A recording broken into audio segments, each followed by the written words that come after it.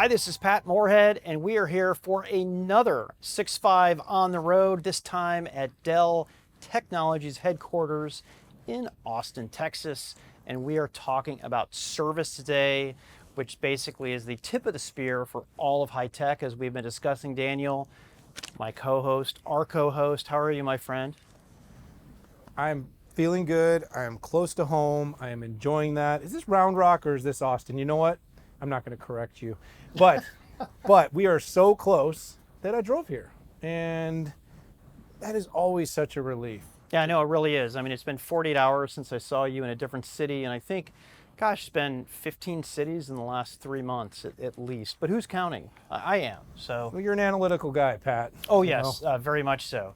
No, listen, all fun aside, we're here to talk about services. We're at Dell Technologies headquarters, and it is a privilege to be here with Patrick Mooney, who runs portfolio management for the services group. How are you, my friend? Doing great. Thank you for having me. It's great to see both of you. Yeah, it's been really great to get to know you through the team, and nothing puts an exclamation point on a transformation of services than you have to have somebody who runs portfolio management. I think that's very cool, and it kind of shows a huge growth in the way that Dell looks at it. So let's start there with Patrick then, because needing that person is a big thing, but maybe knowing what that person does would be a good point to jump in. So Patrick, talk a little bit about what leading a portfolio for the business at Dell Technologies Services, really, what is it? What does it mean? What are you doing? Sure, thank you. It all first starts with talking to our customers and understanding what the demands are, and where they're going with their businesses, and how we can build compelling products that will help them achieve their outcomes. So, the nature of the team is product development, right? Building those products that are going to fuel our portfolio for the future, making sure that they're priced right, making sure that they're positioned right, making sure that we've enabled sales to really have those meaty conversations with our customers. It's that whole end-to-end continuum of building it and making sure it's in the right hands so customers can put a jetpack on with it and move forward with their business. No, I love that. I started in the IT industry in 1990. And the way that we looked at services then, it was break fix. You build something, you sell it, it was CapEx, and then the services group fixed it.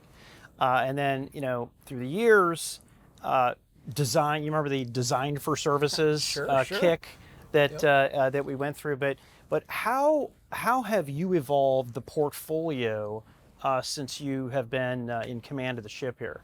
Yeah, that's a great question. Let me step back for a little perspective first and just give you a short overview of Dell Services size and scale. We've got 170 countries we're operating in. We've got 60,000 Dell employees or partners, operating professionals around the world.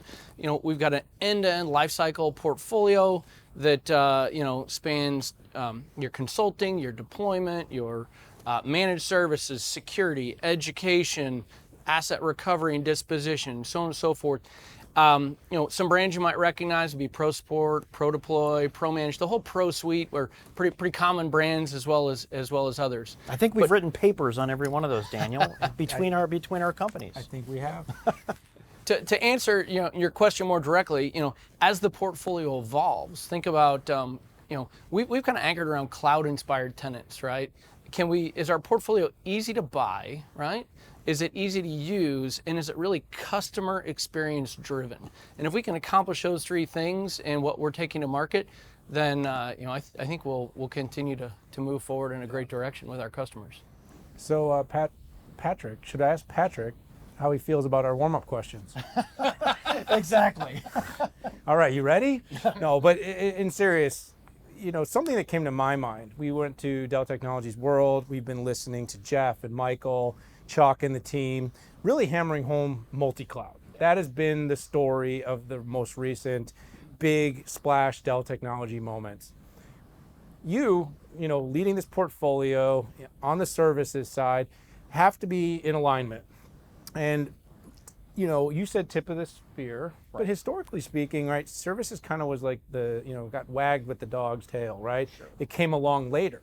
How are you kind of getting ahead of this? How are you partnering? How are you collaborating to make sure that the portfolio you're managing is in alignment with this operating model, this multi-cloud operating model that most of the enterprises and even mid-sized companies are starting to adopt? Yeah, that's great, and I think you hit it right there. Where cloud is an operating model, it's not a destination or a place. And if you step back and look at it, there's a few different types of clouds, right? You've got a private cloud, you've got a hybrid cloud, and you've got a public cloud. So if you're a Dell customer and you say, well, which one is right for me? I think the question is rooted in what are you trying to do? What is the workload that you want to put in that cloud, and what are your objectives around that? So we've developed our multi-cloud consulting services as well as our outcome-based services in the cloud to help guide customers through that. The first question is, okay, what are you trying to accomplish with this workload? And two key variables pop out, right? One is around economics, right? And the second one is around the IT operating model that you want, right? And as you begin to deconstruct that, most customers say, well, I just don't know. So we've got all of these consulting experts, right, in our multi-cloud consulting practice that will come in and say, that's okay. We don't expect you to know, but we know, and we've got tools and expertise to guide you through this. So let us help you. There's different use cases that are appropriate for private, and there's different for public, and there's different for hybrid. And we can go into those, sure. I have to tell you, I am just so glad that we're not having to explain or apologize for hybrid cloud. I mean, 3 years ago, the industry was debating this. It was primarily the cloud native companies, but now that all of them are offering hybrid cloud offerings, we're not talking about this. But the big conversation right now is multi-cloud and how to do it. It's challenging, and whether it's having networking fabric, security fabric, and data fabric, it gets difficult to do that, particularly when all large companies have a heterogeneous environment. Because I heard somebody say, a CIO last week say, we never get rid of technology, we just add new ones. Like, I still have mainframes and mini computers. Like, I just don't give these things up. But hey, I'm headed with a question on this. You're asking one of my questions. No, I know. Like, I was born in a log cabin question. Yeah, no, something like that. So I have to ask you though, just for the sake of the audience, how granular do you get when you say workload based? Because don't hold this against me. I'm an microprocessor person, okay? And when I think of workloads, I'm thinking of, man, there's a lot of different workloads. How do you define a workload? Well, sure. Largely we're talking about what is the outcome you're trying to achieve and what are the applications that you're leveraging in order to achieve that outcome. And not all applications are suitable, say, for the public cloud, or they might not be good for just a private cloud. Right. So we're drilling into the application layer and making sure that we're setting up the foundation to run that in the best way possible for you. So with all of this change and churn, I talked to Doug Schmidt recently, and it dawned on me that not only is he on the train, but he's also building multiple new train tracks out there at the same time, which can be done. But how do you keep up with all these changing needs? I mean, it seems like it's daunting. It is. I think you've got to just step back and prioritize and understand really what are the key things that we need to be moving forward with.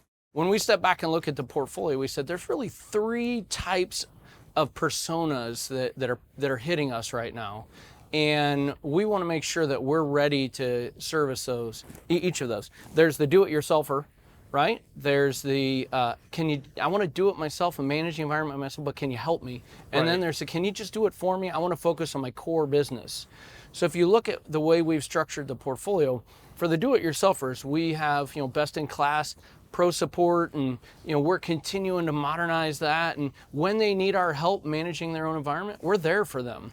And embedded in the pro support tool set, we've got integrated AI, flowing back on our telemetry, feeding our multi-vendor fleet management services to really help them do it best themselves. If they want us to help them, we've got a portfolio where you might be comfortable doing a lot, but not everything. So we might augment you with like a security resident or a storage resident to supplement and help train your staff and keep it running. Or, we may be able to just remotely help you optimize things like your storage or manage capacity, things that you don't need a dedicated resident or what have you, but you're not comfortable doing it yourself.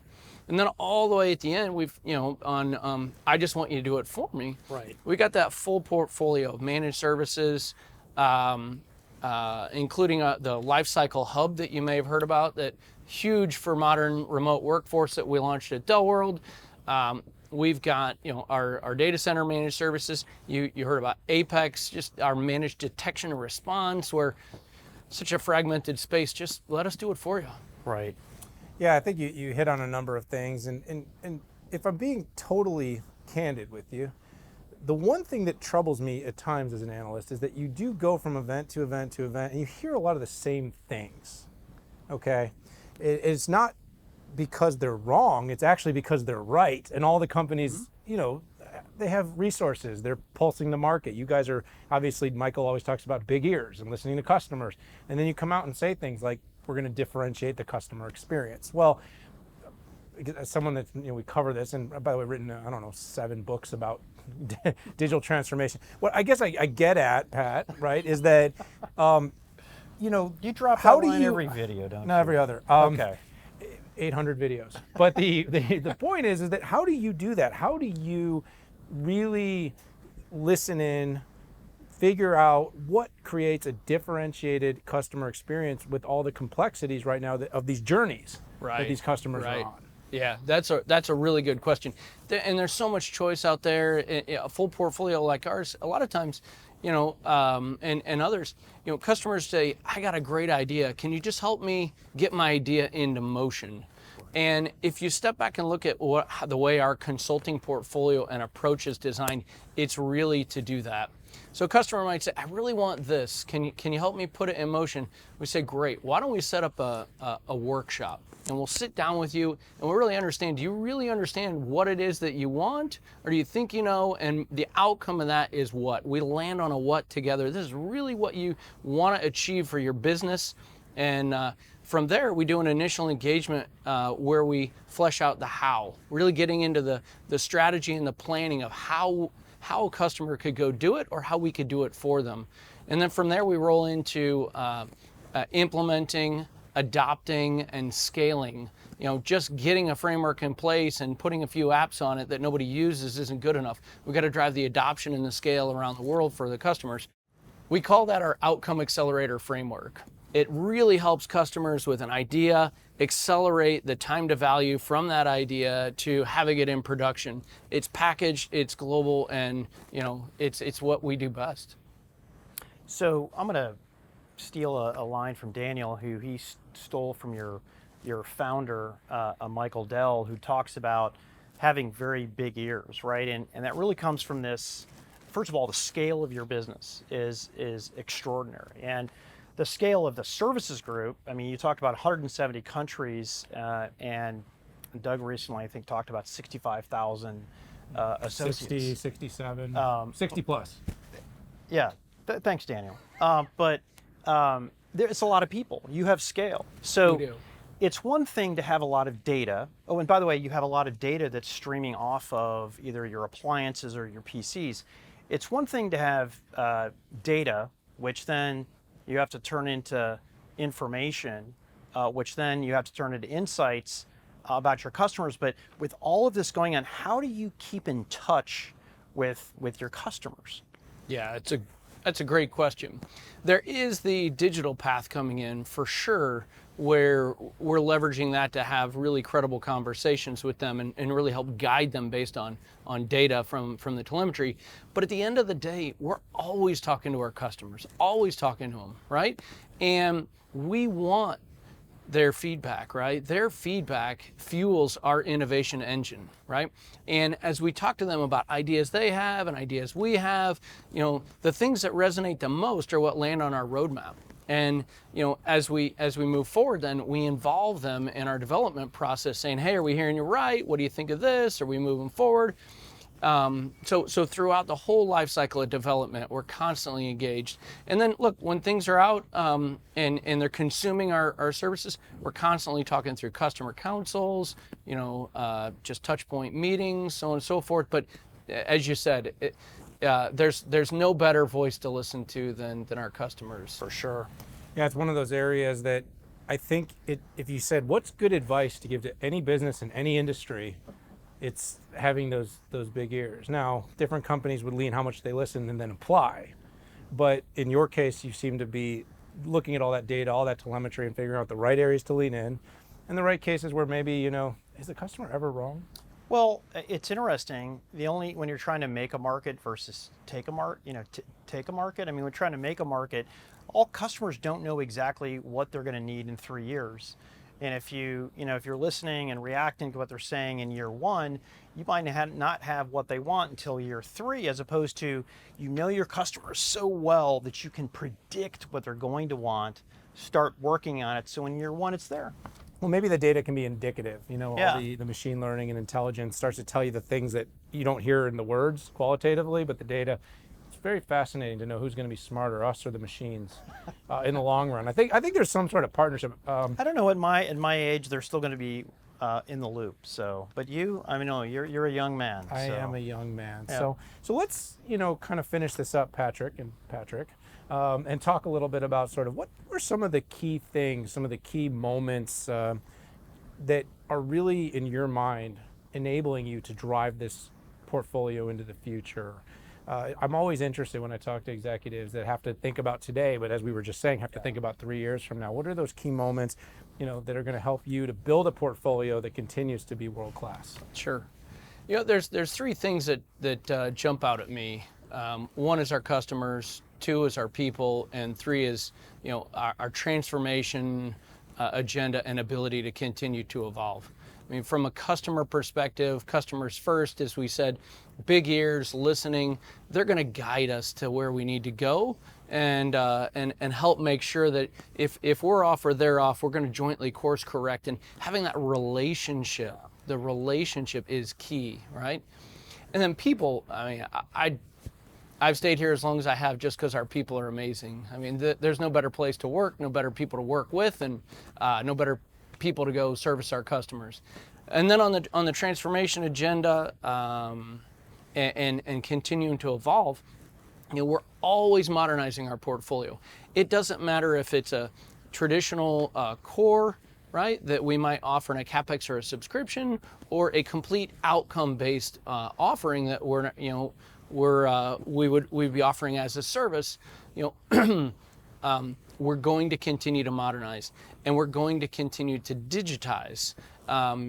Everything you would see, building out our telemetry stream so that we'll always know. We want to know what's going on and advise customers or prevent things before they even know.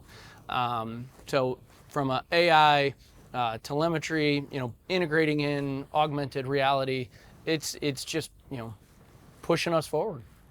No, I appreciate that. We had a chance to talk with Doug Schmidt recently, like I said, and he seemed pretty hot on augmented reality, virtual reality, things like digital twins, education, and even helping service in the field. So I'm glad the 2 of you must be talking.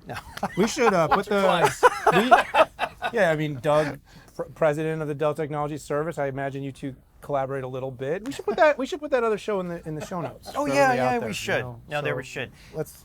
Yeah. So Patrick, this is my big takeaway. So first of all, the energy that I get from you is you really like Dell Technologies and the culture here, and it's so evident in the passion that away comes through. And I do a lot of interviews and stuff like that, but it's really great to see. And quite frankly, culture in today's world and management leadership structure is paramount, because quite frankly, people want to work for strong leaders and companies who have strong leadership. And I'm really pleased that we're here, and it's in the services group, which quite frankly, like I said, I'm old. I started working in '90 in the industry, and our transformation has shifted so much to where, like I've shared with you, that services is the tip of the spear for a lot of people in technology today.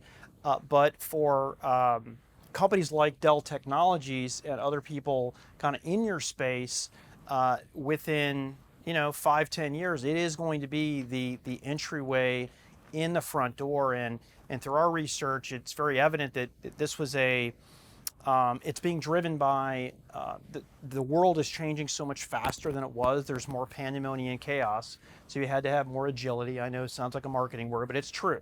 You have to be able to zig and zag and move over and predict things. But also, the people who are buying it have different expectations, right? There are generations who are buyers now that grew up with iPhones, and I had 3 TV stations, and then we thought cable TV was crazy, but now we have hundreds of millions of ways to consume content. And so net people want exactly what they want that's specific for them. And you talked about your 3 modalities that you have.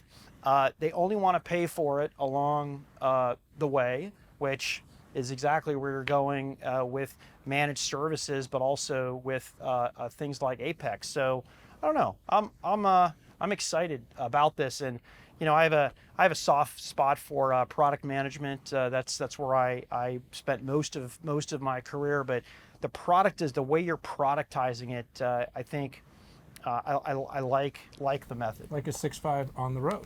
There we go. I know this is the hey Pat, we've got a wrap. No, but Patrick, I really appreciate your time. Thank you for having me.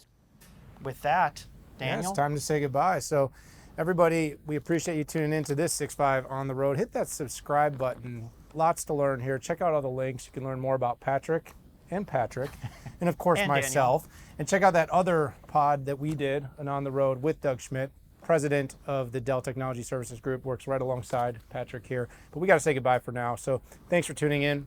We'll see y'all later.